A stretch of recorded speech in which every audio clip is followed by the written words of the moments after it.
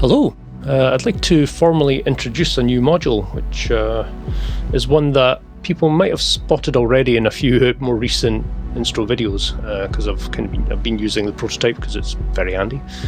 So this is what people might have spotted, is this expanded version of the Carn utility mixer up in the top right. So this is where the module came from. I designed it as a bit of an addition because I found that I was very often patching with looper or arbor or cuīr, so like a lot of voices that ended up being stereo, or especially with the DAP being able to stereo enhance a lot of voices. A lot of the times I was mixing that in a Carn going into the cuīr output module as a sort of end of patch mix stage. But if it's a stereo voice, I was burning two channels on the Carn, panned hard left and right. So I thought it'd be nice to be able to add some stereo voices natively. So that's what this guy is. So this is the DA, which is this experiment of an input expander to the Carn, but I found it's extremely useful, kind of self-contained, standalone, and expandable. So it's probably one of the more straightforward modules I've designed in a while. It's just a two-channel stereo mixer. Lower channel here, it's left-right input and just a set and forget level control, and then the top channel, left-right input, and it's a stereo VCA with a built-in attenuverter. So a little bit more depth with that one. You can use it for sidechain ducking in stereo, things like that. And yeah, there's not a lot more to say about it. That's kind of the feature set. Though on the back there's a little bit of expansion, a little bit of trickery built in. So anyone that's familiar with the Carn utility mixer, these are cascadable and chainable in the back. So there's a stereo output to stereo input. The DA has the same feature set. So the modules themselves, they actually ship with these stereo TRS cables that were produced. So I went with right angled so that when it is patched in the back, it's maybe just slightly deeper than the ribbon power cable makes it, but I've not found any cases that I've not had it fit in, so I think it's quite skiff friendly. Yeah, and it allows you to connect from the output stage on the back to the input stage of the next one, and these can just keep chaining.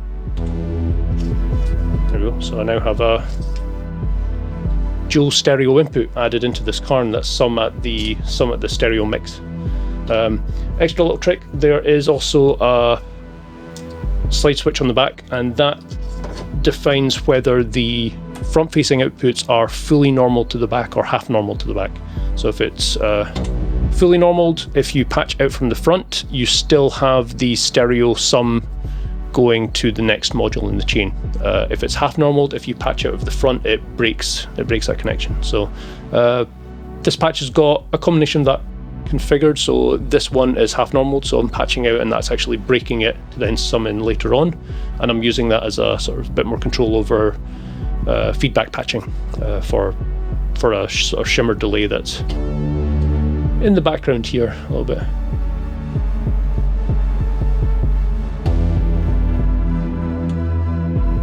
Buried in amongst the mush of all this arbor and looper ambience. Yeah, so not a huge amount to go into. Like I don't think there's many patch examples that I could really squeeze out for a longer video, so this will hopefully be quite a nice concise one. What I'm going to do in the rest of the video, I'm going to go through this patch and kind of break it down voice by voice and show how I'm using in this case 3 DAs, 2 Carns chained together in a sort of cascaded mixer. Yeah, and just showing off a few tricks using the stereo VCA and the normal patching, stuff like that. But yeah, quite a simple module. It's a modular mixer, which rolls off the tongue. Yeah, hope you enjoy. Thanks for watching.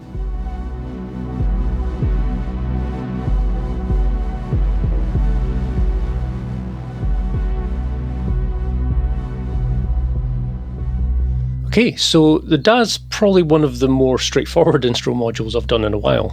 So there's not a huge amount to go through compared to like an arbor or looper video.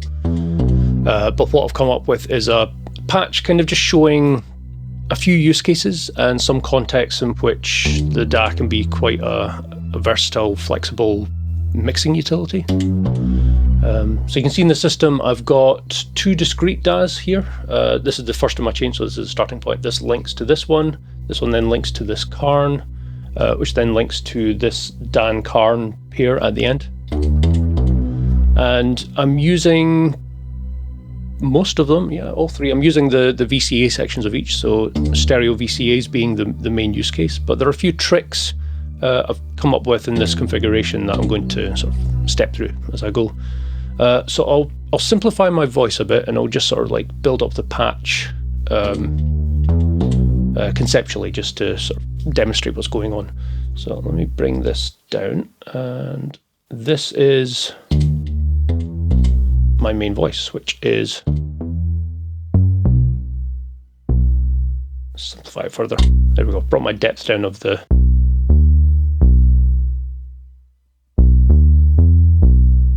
croon. So this is a stereo super saw sort of bass pad, which is following the root note from my harmony, and it's stereo sawtooths going into Procyon, which is a very cool stereo filter. So I'm using this because I want to keep the whole signal chain in stereo. Let me open that up a little bit. So yeah, it's currently set up. This is a morphing stereo filter, which can go into high pass response. It can offset spread between the two. Very nice filter designed by Noe, who works with me here at Instruō, the master of filter design. Yeah, so this is my stereo sort of root pad voice, and I've got that coming in here to the stereo VCA, and it's being enveloped by a knock triggered from the harmony. So I can just manually play this sort of bass line or chord progression ultimately. Let's make it more stereo. So if I bring my width back up, let's bring that down and go with just a sort of plucked envelope sound. There we go. So a lot more stereo width.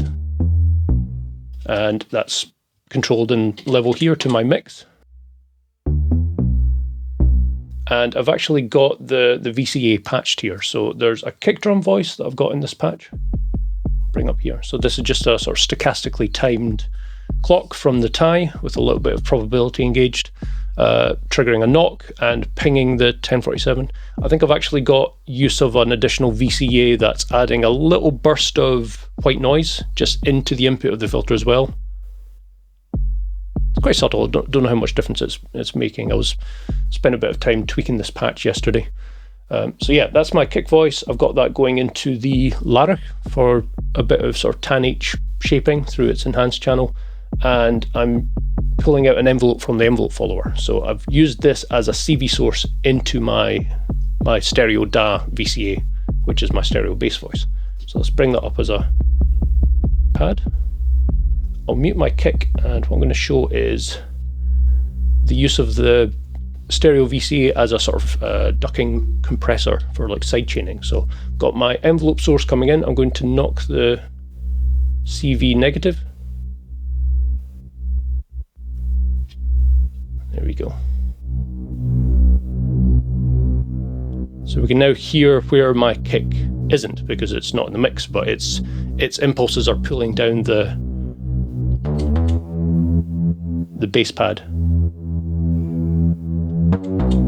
It's softened a little bit because I've used the attack and release to sort of shape the response of this ducking compression. So if I take my attack time down, there we go, we've got this sort of inverse quick attack transient that's sort of like really quickly scooping out the amplitude. So if I bring my kick back up, kind of a classic mixing technique where if you've got things that are sharing the same frequency band, so bass voice, bass pad, and bass drum, then they're kind of fighting for room in the spectrum. So this is just getting one to pull out the way for the other. So I'll raise my attack a little bit, kind of soften it a wee bit.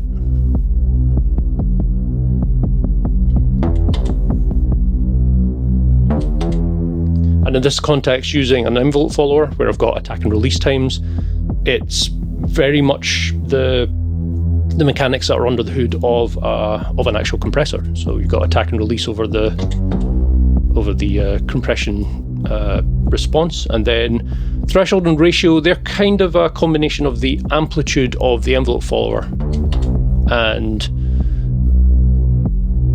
how high that amplitude is set against the ducking of the base amplitude of the signal. So it's not really a discrete ratio and threshold within this context. It's kind of combined together, but you can get the same results in many ways.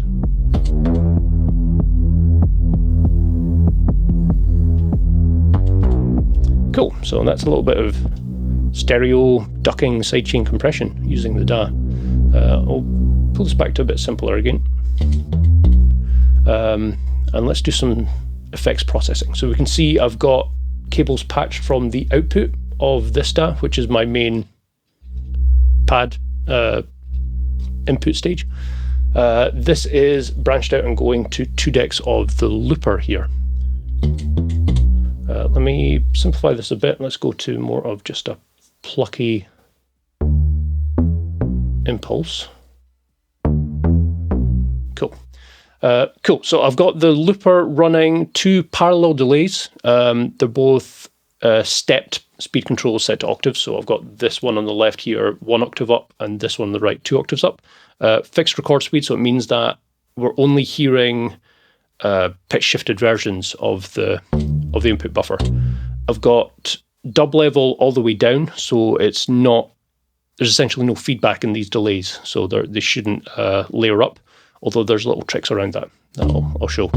And a little bit of reverb baked in with the new version 2.1 firmware, which has got a nice reverb effect in it. So let me bring this up into the level. So it's coming from the outputs, which are stereo outputs. They're just 2 discrete delays left and right. They're coming in here.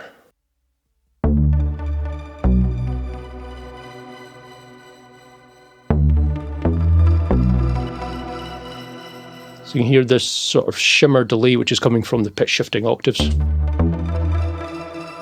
But you can hear there is a bit of a cascade. It's delaying. There is feedback in this patch, and that's because of the order that I've patched this in, where I've got my send coming from this source, which is my direct voice, and then that's coming in earlier in the chain of my mixer. So it means that that signal is then going back out. So I've actually created an analog domain feedback loop. So if I want to bypass that, what I can do is pull from here and insert at a later stage in my chain. So this DA here, the lower input's unused. Let's go there. So this should be a bit more of a basic delay.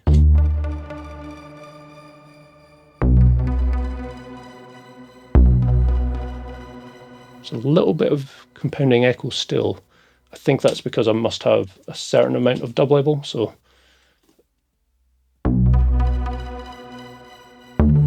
oh, I know what it is. Let me mute that fader.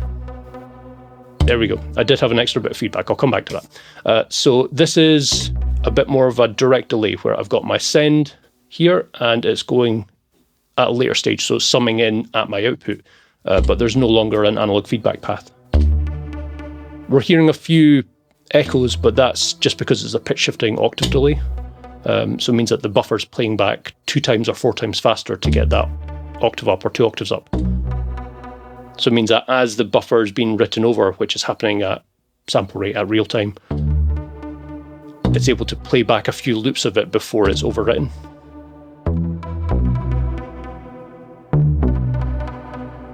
So we can hear a little bit of reverb in there and just that echo because of the artifacts of the pitch shift.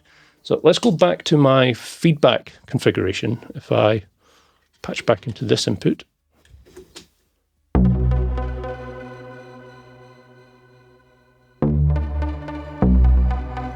So we're getting that little bit of sustain over the delay.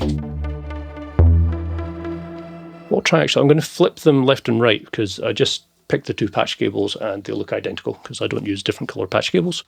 And change those left-right to right-left. There we go, that's got different characters.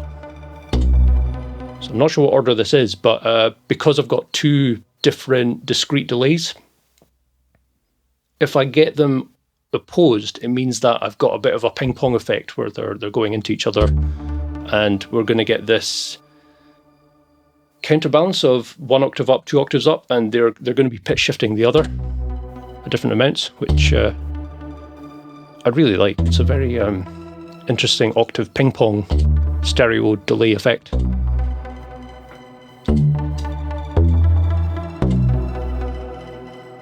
Cool. Okay, so let's go a step further here. The more I bring this up, the more feedback I'm getting. So it's kind of a combination of mix level of my effect, but that effect itself is also affecting the feedback amount.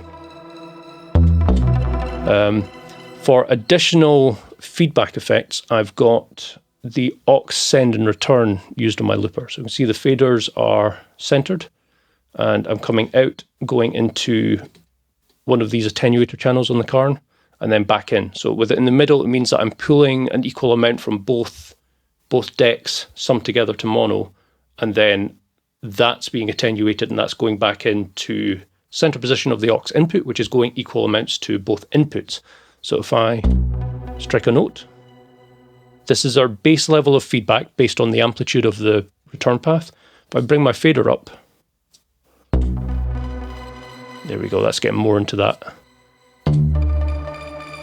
barber tone shimmer effect.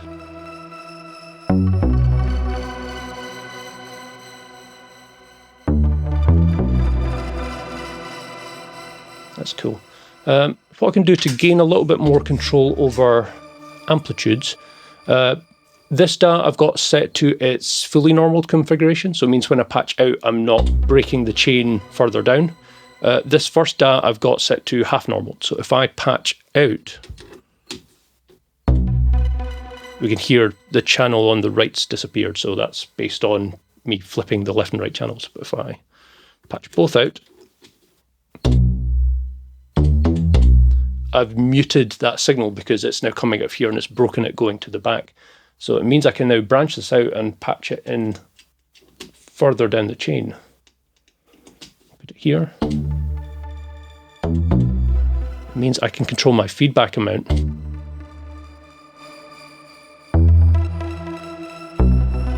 While keeping my amplitude of effect separate.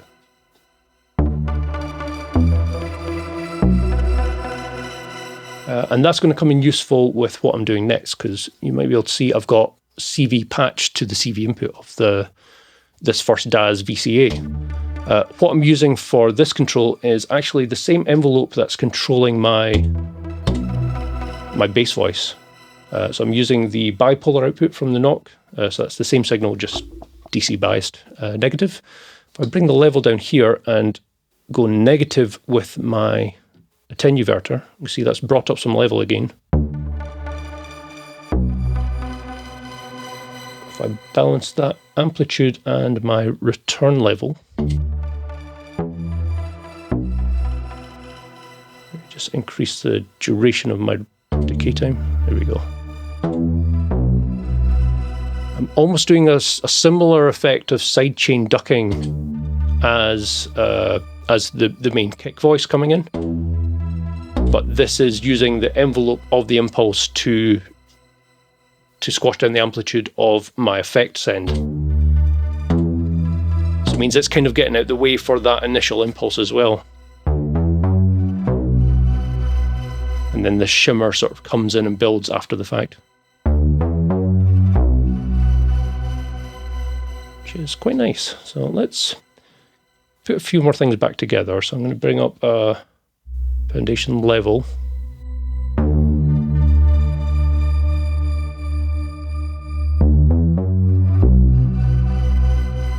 Let's increase the ducking.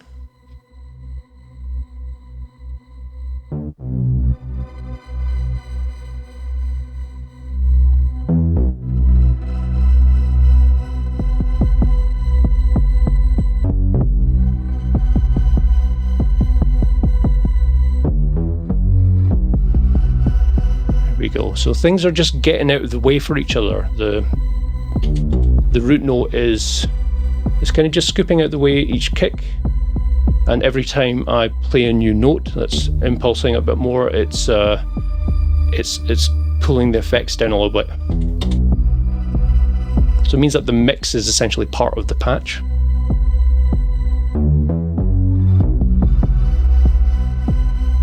Cool, let's add the last layer. So other voices of my harmony I've got branched out, and they're going into the Sidechain. So I've actually got the 3rd, 5th and 7th patched. The 5th is going to a pair of oscillators on the Sidechain to double that up.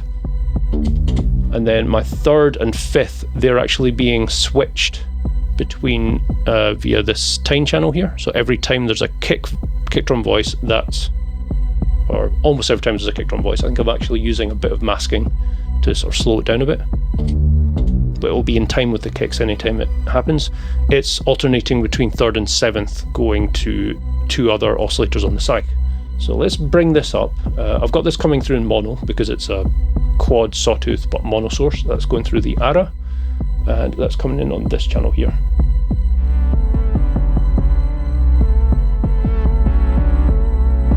I'll bring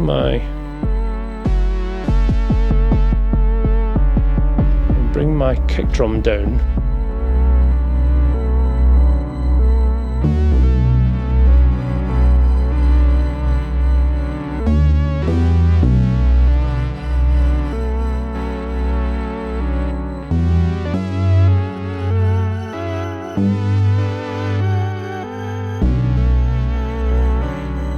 Cool, so that's adding a bit more harmonic character to the whole patch. It's quite a dry sound as is, so this is it going straight into channel 1 of this Carn, and there's a little bit of slow modulation from an oct, just shifting it and panning it to add a bit of space. But to fill that out a bit more, I've actually got that branched and going into an arbor, so that's then returning in as a stereo return on this last top channel of my 3rd DA. And it's set to capture every time I hit a new note in the harmony. It's capturing into the buffer and just sort of adding this extra layered stereo spread, granular playback of the source from the Sidechain.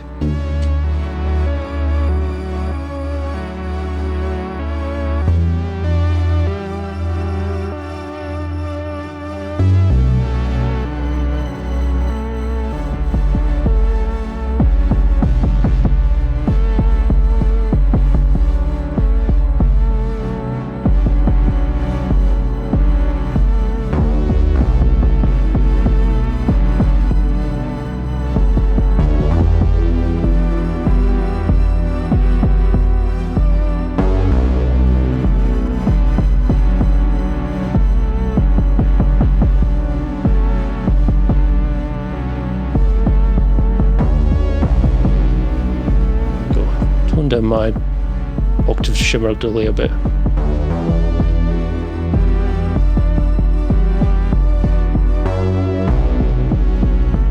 So yeah, quite a lot going on, but the DA itself is quite a minimal module compared to a lot of other Instruō ones. But yeah, I found it to be really useful when filling out deeper patches like this with really complex processed voices. Yeah, for combining some stereo mixes in together.